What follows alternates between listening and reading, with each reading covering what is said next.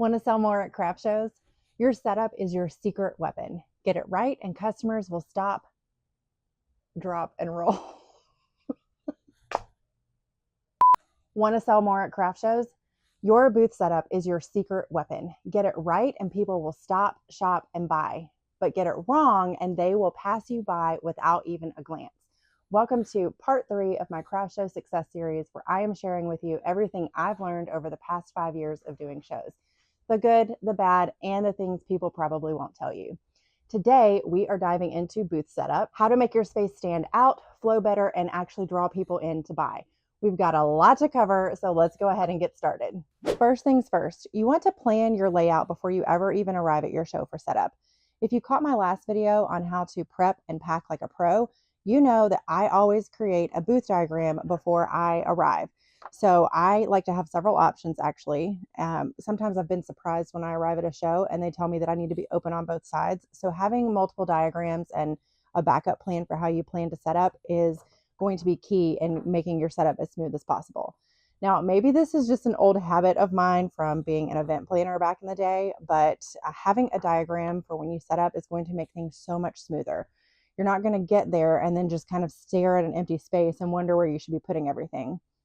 Also, when you are unloading, if you already know where things go, you can take the bins to the appropriate area of the booth, which is going to make your setup so much more efficient. Now, when you're thinking about your setup, you want to think about traffic flow. If customers are walking down a main path, from which direction are they most likely to enter your booth? Where are their eyes going to land first? People naturally gravitate toward what catches their eye first, so that's where you want to have your best sellers or your highest profit margin products right there in their line of sight. And then once you've got their attention, you can naturally guide them throughout your booth with either an L or a U shape. That means they're going to stay longer, and when they stay longer, they are more likely to make a purchase. Now, one quick tip, don't block your entrance with big displays or large tables, making it difficult for your customers to enter. You want to create an open, welcoming, inviting space that encourages people to walk in so that they can browse and make a purchase. Now, you don't want it to feel too cramped because you want multiple customers to be able to come in at a time without bumping into each other or bumping into the displays.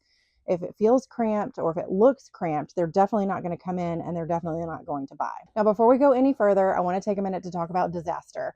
Now, I know that's not something we ever really want to think about, but we need to have a plan just in case it happens. And in this particular case, I'm talking about weather. So, when you're looking at the forecast and there is just this rainstorm that's going to, threaten to kill the entire show. Well, a lot of shows are rain or shine. And one thing that you definitely want to make sure you have is some pool noodles. Now, they go in the top of your tent. If you have like an easy up, something that doesn't have a retractable pole that kind of makes your tent top taut, you want to have some pool noodles. This is going to keep the tent from collapsing under the rain, the weight of the rain. Having those pool noodles keeps the tent top taut and it keeps the runoff going down the side of your tent as opposed to pooling on top. Now, I did a show back in August in the mountains and it poured the night before the show. And I saw at least 3 tents being carted off to the dumpster on the first day of the show. It was a 2-day show. I felt so bad. And I was really surprised that so many people didn't know about this trick. So they learned at that show for sure. Even the organizer's tent got completely demolished that night. So they went out and bought a new tent, bought some pool noodles. I had so many people stopping by asking, what is that? What is it for? And so they went out and got pool noodles just as insurance. Now, it's definitely unsightly. It's not the greatest look in your booth. But like I said, it's cheap insurance to make sure that your tent stays up overnight in the event of bad weather. All right, one other thing before we get into the good stuff. You want to make sure that you weight your tents down. That is so important. I have seen so many tents go flying because the wind has kicked up and people didn't properly secure their tents. Either stake it down or weight it down. It's usually a requirement at a show. Don't skimp on the weights. All right, so now that you've got your layout down and your tent is protected, let's get into how to display your product. I see so many new vendors at shows displaying their products flat on a table. Now, this is good. It's got a wide range of selection. But there's nothing that actually draws people into your booth. They can't see it from afar, so they don't really know what you're selling. Also, this table is really low. When somebody walks up, they're going to have to bend over and look down to look at what you're selling. So let's pop over here to the other display and I'll show you what's working with that display. This display has a little bit more going on. The first thing I want you to notice is the height of the table. It's actually at counter height. I like to use these folding adjustable height tables from the Big Orange Box Store. I can leave them low if I want to display my ornaments, or I can raise them all the way up to make them a more comfortable height for my customers. With this height, they're not having to bend over, they're not having to look down at the products. It brings the products closer to the customer, more at eye level, so they're more likely to interact with my products. And when they do that, obviously they're more likely to buy. I also categorize my products. So I like to put things in bins to kind of separate them and they're not just kind of a jumbled mess on the table. So I've got bins. This also makes it easy to price. If you caught my last video, you know I price by category. So I can have one price tag for this entire bin. I can have one price tag for the cheese slicers and so on. Now I also have something staged. In this case, I've got the breadboard and the bow knife with a loaf of bread, so customers understand what those products are used for and they understand that they are paired together, which is easy for some add-on sales. Now we'll go over the different types of displays that I use, but this display right here, this riser, essentially gives me double the space because now I have a second level to my table. There's nothing getting hidden in the back. I have something that I can prop up another display on and kind of showcase things for the customer again, so they're not having to look down into a bin to see what I'm selling. And it creates some height and some visual interest. That's definitely something you want when you are displaying your products. Keep customers engaged and keep their eye flowing around your booth to all the different products. If everything's flat, nothing stands out, and then they're less likely to make a purchase. Now, one thing that may help when you are staging everything, if you go out of your booth and kind of walk up as if you were a customer who had never seen it before, pay attention to where your eyes are drawn first. Is that where you want your customers' eyes drawn? If it's not, you may want to rearrange things, restage things to draw attention to the things that you really want people to focus on. That's something that I typically do at every show. You know, I'll kind of take a step back and just kind of give it a once over and make sure it's set up the way I feel like a customer would want to see it set up if they were shopping for something in particular. Now, you'll also want to make sure that your tables are dressed nicely. So in this case, I've got a fitted tablecloth, and I actually like this one better. Now, it only works if you have lower tables. It doesn't really stretch as far with the higher height table. But the one thing I don't like about these, I really like the look of them, but if you're storing any of your extra product under the table, it makes it really difficult to get that extra product out mid-show because the tablecloth is stretched so tightly. Now on this table, I've got kind of a flowy tablecloth. Now this allows for more versatility and flexibility. If I've got, a table that you can't see the back, I can actually fold this up and just kind of keep an open area so I can easily access things. Now, the only problem with this one is if you've got your table raised all the way up, you've kind of got some high waters going on down here because the tablecloth doesn't quite reach the ground. So I guess it's just pick your poison between the two. Now, these tablecloths come in a variety of colors, so you can totally match them to your brand. The goal is to keep it consistent and cohesive and have a non-distracting look because you want your product to take center stage, not your tablecloth. As far as displays go, the possibilities are really endless. You could do some homemade options. Like I threw these together in my shop one night. This is just a simple riser. This is another riser that kind of extends most of the table. I've got some store-bought options. So I think I got these at Hobby Lobby a few years ago. This came from Amazon. And if you are doing shows regularly, grid walls are a solid option. They're great, especially if you sell signs or maybe even hats. You could display your different hat options on here. Now, before we get too deep into this rabbit hole, let me just tell you, it is very easy to get in deep with the infrastructure for your booth. I shudder to think of all of the money I've spent over the years trying different displays. Really, the goal here is to have a cohesive look. So don't break the bank going out and buying all the displays. You can make something at home with materials you already have on hand and display your products just as well as somebody who has spent thousands of dollars on an entire booth kit.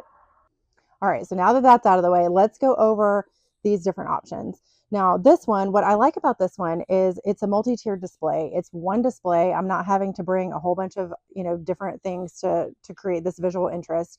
Now I have displayed things like hand-turned razors, salt cellars, and then most recently at my last show, I was displaying, if you saw my pumpkin video on how to take one file and turn it into 20 different products, I had a bunch of my little pumpkins sitting here on display. So this is a great option. Then, like I said, I've got and you saw it over here in the display, but I've got some store-bought options, and these are great for trays, for serving boards, things that are kind of on the medium size. You can just throw them in a bin and display them very easily. All right, and then, like I said, I've got these homemade risers. So you saw the one over here on the display that I showed you. This one, what I like about this one, I can't remember if I mentioned it when I was showing you the other display, but this one has a cavity behind here so I can store extra product and not keep it under the table. So it's hidden from the customer, but it makes it very easy for me to retrieve when things are running low. I can just grab it from behind here and restock.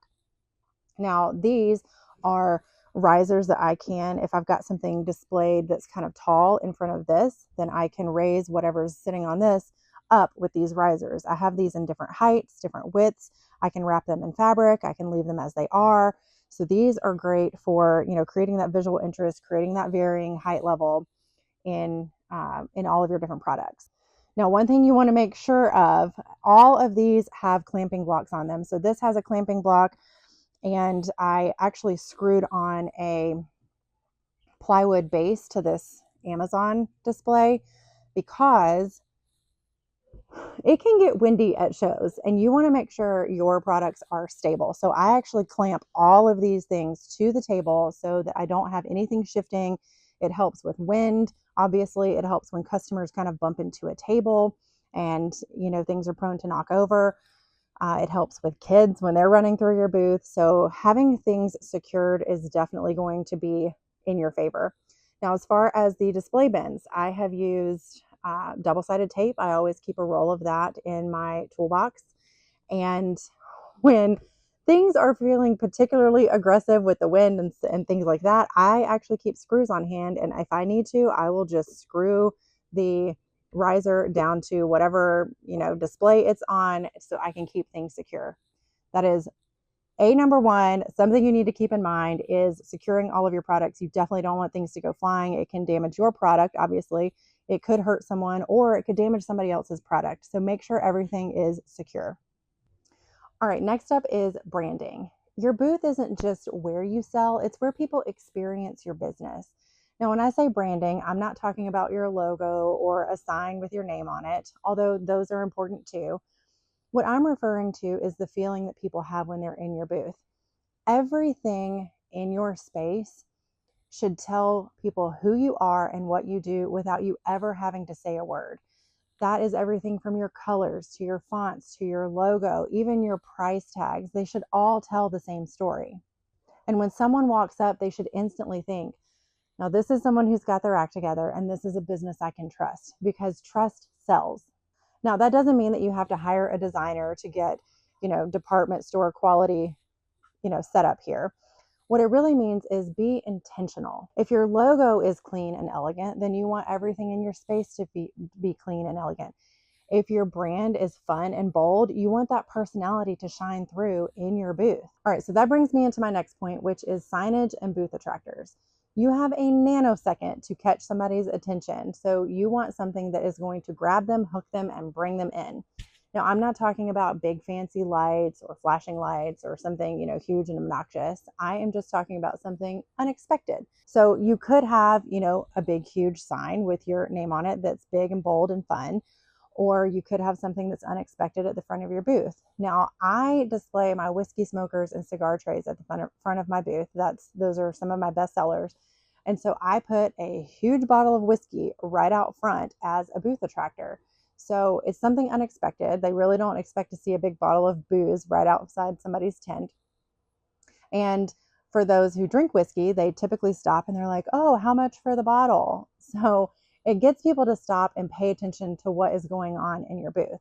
So when you're thinking about your setup, what is that one thing that will hook people and draw them in?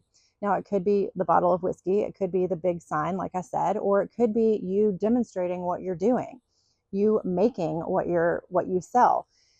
That is something that is huge in the show world because people aren't expecting to see the craftsman making something at a show. So it grabs their attention. If you can do laser engraving on site or assembly on site, personalization, anything that you're doing that creates a connection between what you are actively doing at the show and what you sell, it creates a connection with the customer and they are more inclined to buy because customers love to buy things that are handmade. Now, really the bottom line here is that your booth should be your brand come to life. The goal isn't just to look nice, it's to be memorable because when customers remember you, they will come back to you. Now, it may be later that day or the same weekend, or it could be the next year at the same show.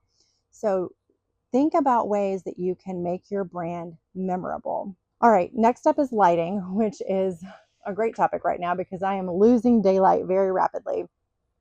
Lighting is so important. And a lot of times you don't have control over where your booth is. And if you're doing daytime shows, then it's really not much of an issue, but sometimes you may be in the shade. So you want to make sure you've got lighting on hand just in case you need it. Now, if you are doing an indoor show or a show that extends into the nighttime, lighting is so important. So you need to have a way to power your lights. A lot of shows will offer electricity.